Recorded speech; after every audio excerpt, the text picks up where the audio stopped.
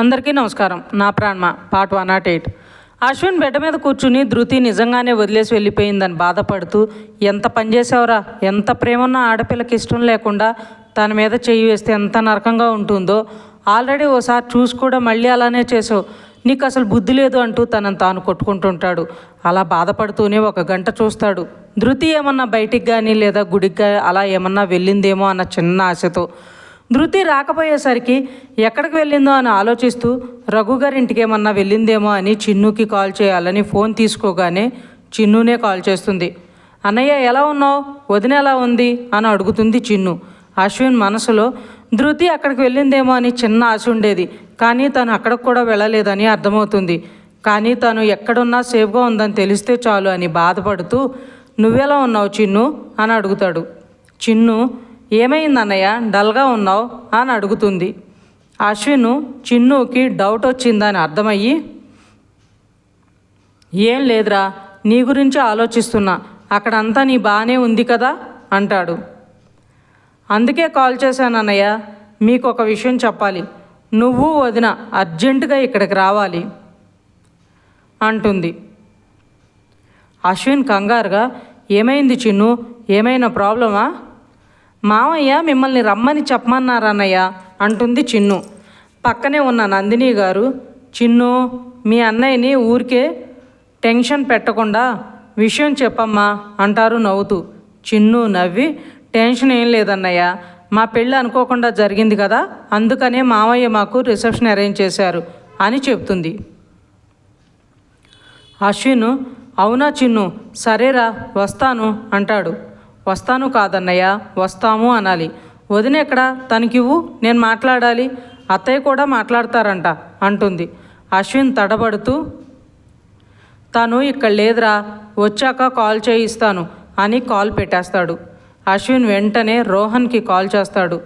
చిరాకుగా ఉన్న రోహను అశ్విన్ ఫోన్ చూసి కొంచెం కూల్ అయ్యి కాల్ లిఫ్ట్ చేసి, ఎలా ఉన్నావు అశ్విన్ అని అడుగుతాడు. అశ్విన్, బాగున్నా రోహన్, నువ్వెలా ఉన్నావు? బాగున్నా అని. బంగారం ఎలా ఉంది, ఏం చేస్తుంది, కనకరించిందా లేక ఇంకా చుక్కలు చూపిస్తుందా అంటాడు రోహన్ నవ్వుతూ. అశ్విన్ మనసులో, కనీసం రోహన్ దగ్గర కన్నా వెళ్ళుంటావు అనుకున్నాను, అక్కడికి కూడా వెళ్ళలేదు, నిన్నెక్కడని వెతకను అని కన్నీళ్లు పెట్టుకుంటాడు. అశ్విన్ ఏం మాట్లాడకపోయేసరికి రోహను, బాధపడక అశ్విన్, బంగారంకి నువ్వంటే చాలా ప్రేమ ఉంది, కానీ అది కనిపించకుండా తన కోపం ఆ ప్రేమని కప్పేస్తుంది. నేను డార్జిలింగ్లో చూశాను కదా, నీకు యాక్సిడెంట్ అయిన రోజు తను ఎంత ఏడ్చిందో నీ గురించి అని చెప్తాడు. ఏ రోజైనా తను నన్ను యాక్సెప్ట్ చేస్తుందన్న ఆశతోనే బతుకుతున్న రోహన్ అని మనసులో, కానీ అది ఎప్పటికీ జరగదని ఈరోజే అర్థమైంది. తను శాశ్వతంగా వదిలేసి వెళ్ళిపోయింది, కానీ తను ఎక్కడుందో తెలియటం లేదు అనుకుంటూ వస్తున్న బాధని ఆపుకుంటుంటాడు. ఒకసారి ఢిల్లీ రావచ్చు కదా అశ్విన్, ఇద్దరూ కలిసి వస్తే చాలా బాగుంటుంది అంటాడు రోహన్. వస్తాం రోహన్, చిన్ను దివితూ రిసెప్షన్ అరేంజ్ చేశారంట రఘు అంకులు, ఇందాకే కాల్ చేసి చిన్ను చెప్పింది, అప్పుడు వస్తాం కదా, అలాగే ఇంటికి కూడా వస్తాం అంటాడు అశ్విన్ అప్పటికేదో కవర్ చేస్తూ. గుడ్ న్యూస్, ఇలా చేస్తే అందరికీ దివితూ పెళ్ళైన విషయం తెలుస్తుందిలే, అప్పుడు చిన్నుకి ఎవరు కాంపిటీషన్ రారు అని నవ్వి, సరే ఫోన్ ఒకసారి బంగారానికి ఇస్తావా, మాట్లాడతాను అంటాడు రోహన్. తాను ఇక్కడ లేదు రోహన్, తులసమ్మతో కలిసి బయటకు వెళ్ళింది అని అబద్ధం చెప్తాడు. సరే అశ్విన్, నేను తనకి కాల్ చేసి తర్వాత మాట్లాడతానులే, నాకు ఆపరేషన్ ఉంది, మళ్ళీ కాల్ చేస్తాను, బాయ్ అని చెప్పి కాల్ పెట్టేస్తాడు రోహన్. అశ్విన్కి ఏం చేయాలో తెలియక రిషికి కాల్ చేస్తాడు. రిషి కాల్ లిఫ్ట్ చేయగానే, అశు ఇవాళైనా ఆఫీస్కి రారా, ఫుల్ వర్క్ ఉంది అంటాడు ఏడు మొహం పెట్టి. అశ్విన్ బాధగా, రిషి ధృతి కనిపించడం లేదురా, ఎక్కడికి వెళ్ళిందో తెలీదు, కాల్ చేస్తే స్విచ్ ఆఫ్ అని వస్తుంది, ఢిల్లీకి ఏమన్నా వెళ్ళిందేమో అని చిన్నుకి రోహన్కి కాల్ చేశాను, కానీ తను అక్కడికి వెళ్ళలేదురా, చాలా టెన్షన్గా ఉంది అంటాడు. మా ఇంటికి కూడా రాలేదురా, అంజు కూడా ఇంట్లో లేదు, ఆంటీ దగ్గరకు వెళ్ళింది అంటాడు రిషి. నేను ఎన్ని చేసినా అందరూ నన్ను క్షమించి నన్ను నమ్మి ధృతిని నా చేతిలో పెట్టారు, కానీ ఆ నమ్మకాన్ని నేను 2 రోజులు కూడా నిలుపుకోలేకపోయానురా, ఇంకా నేను బ్రతికుండి ఏం లాభంరా, తనను బాగా చూసుకోవాలని ఇంకెప్పుడు ఎలాంటి పొరపాటు కానీ తప్పు కానీ చేయకూడదు అనుకుంటూనే మళ్ళీ మళ్ళీ అదే తప్పు చేస్తున్నారా? ఇంకా ధృతి నన్ను ఎలా నమ్ముతుంది? అందుకే నన్ను వదిలేసి వెళ్ళిపోయింది అని ఏడుస్తాడు.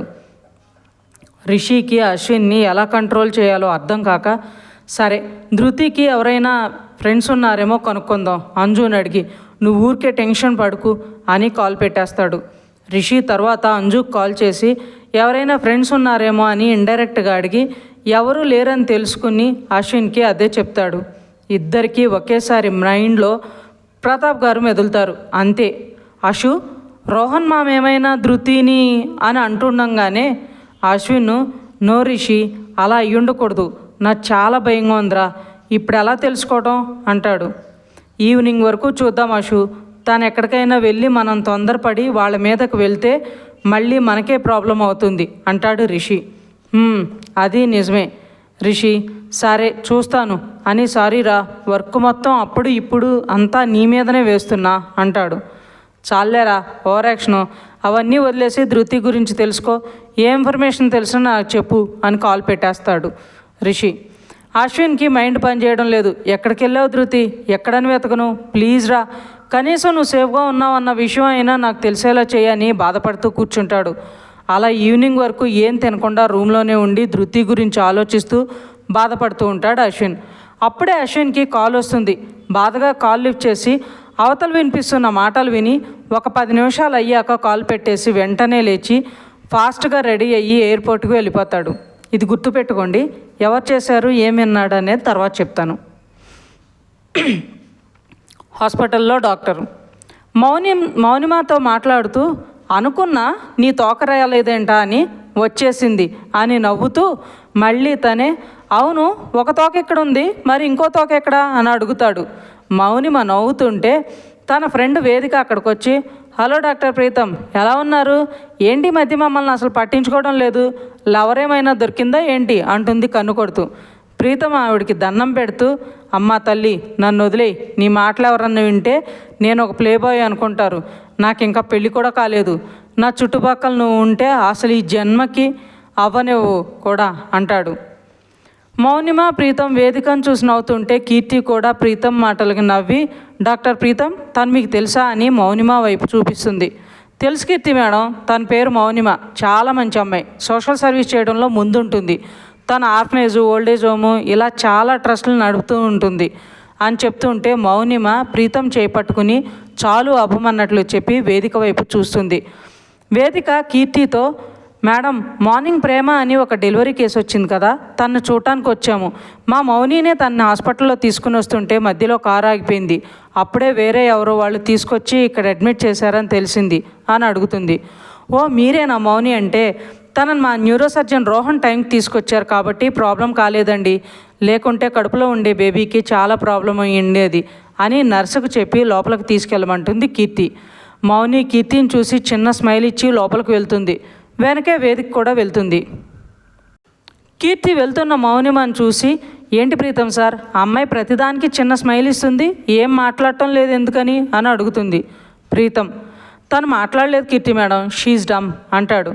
అవునా, చాలా మంచి అమ్మాయిలో ఉంది, చూడటానికి హీరోయిన్ లాగా ఉంది అంటుంది. తనకి 10 years ఉన్నప్పుడు వాళ్ళ మదరు ఫాదరు ఫైర్ యాక్సిడెంట్లో తన ముందరే చనిపోయారు. తను కాపాడాలని చాలా ట్రై చేసింది, తన వాళ్ళని తను కాపాడుకోలేకపోయిందనే బాధతో తన కళ్ళ ముందరే అలా చనిపోవడంతో చూసి షాక్తో అలా అయ్యింది. తనను ఎవరు మాట్లాడించినా మాట్లాడేది కాదు, ఎంత ట్రై చేసినా అసలు పట్టించుకునేది కాదు. అలా మాటలు రాకుండా పోయాయి. తనకు 2 బెస్ట్ ఫ్రెండ్స్ ఉన్నారు, ఒకరు వేదిక, ఇంకొక అతను విక్రమ్. ఇద్దరు కూడా అనాథలు కీర్తి మేడం. వాళ్ళను కూడా తనే దగ్గర తీసుకుని వాళ్ళకి కావాల్సిన ప్రతీదీ తనే చూసుకుంది, అంతే చిన్న ఏజ్లోనే. వాళ్ళ తాతగారు తనని పెంచారు, చాలా రిచ్ ఫ్యామిలీ, డబ్బుందన్న పొగరు కానీ ఏమైనా చేయగలననే అహంకారం కానీ తనకు కొంచెం కూడా లేవు. ఈవెన్ తన ఐడెంటిటీ కూడా ఎవరికీ తెలియదు, అంత మంచి అమ్మాయి. వాళ్ళ తాతగారు తనని చాలామంది స్పెషలిస్టులను పిలిపించి చూపించాలని ట్రై చేశారు, కానీ తను ఒప్పుకోలేదు. ఇదిగో ఈ మధ్యనే వాళ్ళ ఫ్రెండ్స్ తన దగ్గర ఉండమని బెదిరించి తనను ఒప్పించి ట్రీట్మెంట్ తీసుకుని వచ్చారు, కానీ ఇప్పుడు నో యూజ్, చాలా లేట్ అయిపోయింది. తను మళ్ళీ అలాంటి సిచ్యువేషన్ని ఫేస్ చేస్తేనే తనకు మళ్ళీ వాయిస్ వచ్చే ఛాన్స్ ఉంది, అది కూడా 10% మాత్రమే. నేను వాళ్ళ పక్కింట్లోనే ఉంటాను కాబట్టి నాకైనా తెలిసింది, షీఈ్ వెరీ స్పెషల్ అని చెప్తాడు. నిజంగా అమ్మాయి చాలా గ్రేట్, అంత చిన్న ఏజ్ చాలా చూసింది, మెచ్యూర్డ్ గర్ల్ అని తన క్యాబిన్కి వెళ్ళిపోతుంది కీర్తి. చిన్ను ఇప్పుడిప్పుడే కొంచెం బెటర్ అవుతుంది కదా, అందుకని షాపింగ్ అంటే ఇబ్బంది పడుతుందేమో అమ్మ అంటాడు దివిత్. అవును దివిత్, అందుకే చిన్ను వాళ్ళ నాన్నగారు డిజైనర్స్ని ఇంటికే పంపుతాను అంటారు నందిని గారు. చిన్ను అప్పుడే కిందకొచ్చి ఆ మాటలు విని నాన్న ఎప్పుడు వస్తానన్నారు అత్తయ్య అని అడుగుతుంది. నందిని గారు చిన్నుని చూసి రిసెప్షన్ రోజు వస్తానన్నారు తల్లి, నాకు ఇక్కడ చాలా వర్క్ ఉంది, అక్కడికి వచ్చినా నాకు కన్వీనియంట్గా ఉండదు, ఏమీ అనుకోకండి అన్నారు. చిన్ను కాస్త డల్ అయిపోతుంది ఆ మాట విని. అది చూసిన దివిత్ చిన్ను దగ్గరికి వెళ్ళి తన భుజం చుట్టూ చెయ్యేసి తనను సోఫాలో కూర్చోబెట్టి, అంకుల్కి చాలా వర్క్స్ ఉంటాయి కదా చిన్ను, అందుకే రాలేకపోయారేమో, దానికి ఎలా అయితే అలా చెప్పు, అందుకే నీకు తోడుగా మీ అన్నయ్యని వదిన్ని రమ్మని చెప్పు అంటాడు. చిన్ను దివిత్ మాట్లాడుతుంటే నందిని గారు కిచెన్లోకి వెళ్తారు వంట చేయడానికని. చిన్ను దివిత్ వైపు చూసి కాస్త భయంగా, మీకు మా అన్నయ్య అంటే కోపం ఉంది కదా, అందుకే తనను ముందే ఎందుకు పిలవడం అని నసుగుతుంటే దివిత్ నవ్వి, ఒకప్పుడు కోపం ఇప్పుడు భయం మాత్రమే అంటాడు. చిన్నుకు అర్థం కాక అంటే అంటుంది. దివిత్ చిన్ను చేపట్టుకుని, స్వీటీకి మీ అన్నయ్య అంటే చాలా ఇష్టం, ఆ విషయం నాకు మొన్న పెళ్లి జరిగిన ముందు రోజే తెలిసింది, కాకపోతే మళ్ళీ స్వీటీ మనసు ఎక్కడ గాయపడుతుందో, మీ అన్నయ్య మళ్ళీ తనని ఎక్కడ బాధ పెడతాడేమో అని చిన్న భయం అంతే. స్వీటీ ఏదైనా ఇష్టపడిందంటే దానికోసం ఎంతకాలమైనా ఎదురు చూస్తుంది. తనకి యాక్సిడెంట్ అయ్యాక ఏదో పోగొట్టుకున్న దానిలో ఉండేది, కానీ మీ అన్నతో పెళ్ళయ్యాక తాను మీ అన్నని అమితంగా ప్రేమించింది అంటాడు. ఇంకా ఉంది ఫ్రెండ్స్, మీకు ఈ స్టోరీ నచ్చితే లైక్ చేయండి, సబ్స్క్రైబ్ చేయండి. Thank you so much.